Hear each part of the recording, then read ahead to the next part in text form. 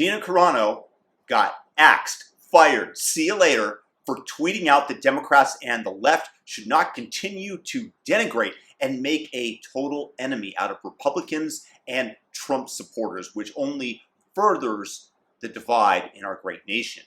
What she did was equate the Nazi propaganda and their treatment of the Jews in the lead up to World War II and the roundup that turned them into vile enemies of the state, which then in turn, its citizens, it made it far easier for them to decide to help the army round up the Jewish population. Many people on the left felt that it was an unfair comparison, that they were being equated with Nazis, with Hitler. And immediately, the cancel culture came after Gina, calling for her head, calling for her to be fired and excommunicated from Hollywood. And of course, it followed that it would happen because Disney and her agency, UTA, gave her das Boot. They appear to not have enjoyed being compared to Nazis. Okay, fair enough.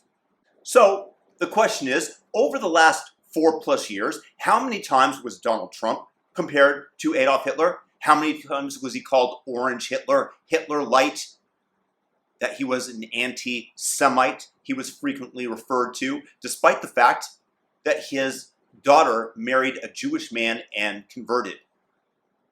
But the left, the Democrats, used that word with abandon in order to denigrate Donald Trump, in order to have that be negatively associated with him for the next elections. How many times were Republicans called fascists and Nazis or bigots? How many times was it Ben Shapiro, a yarmulke-wearing Orthodox Jewish conservative, how many times was he called a Nazi? Numerous! Nazi, fascist, is the left's second most favorite go-to phrase, second most behind racist. That's a good one. That's their go-to. When they're deep in the well of a conversation or an argument, they pull that out, slam down their trump card, and that's what it is, their trump card, racist, bigot, whatever. It becomes impossible to discuss things with them. And before you declare that I'm casting far too wide a net, let's break it down to the same show, because we're here to demonstrate the hypocrisy. Pedro Pascal, the star of Disney's show, has on 2 occasions compared U.S.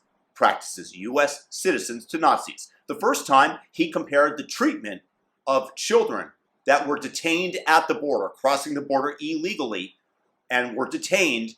He compared such treatment to the Jewish children rounded up by the Nazis.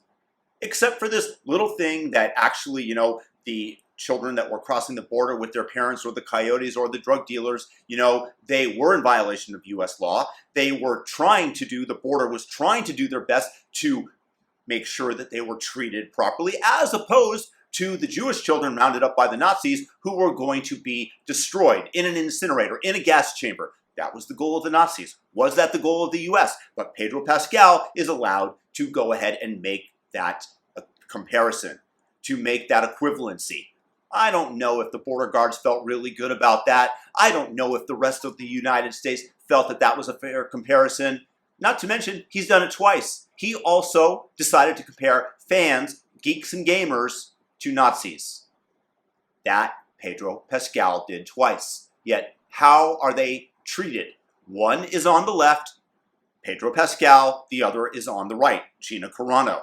Is it rules for thee, but not for me? Yes, that's exactly what it is, because if you are on the political tribe of those doing the canceling, then it is perfectly okay to tweet whatever you want, and they'll have your back.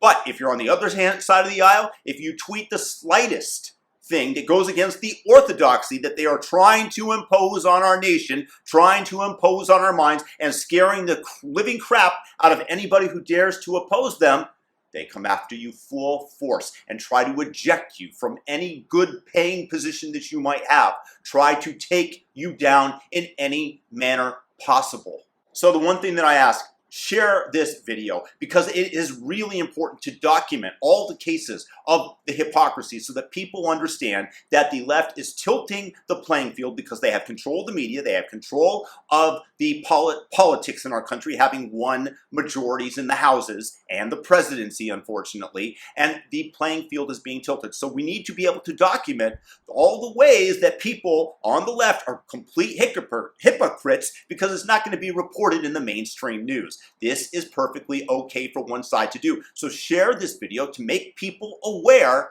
of what's going on. And this is a regular occurrence, and I'm going to continue to document the times when the left is hypocritical because I actually think that there's some social utility in doing so, holding them accountable for their actions. At least then they might think twice about when it's documented and about repeating it.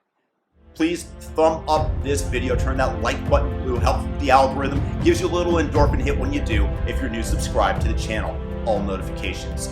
Peace and blessings to everybody out there. Have a fantastic day.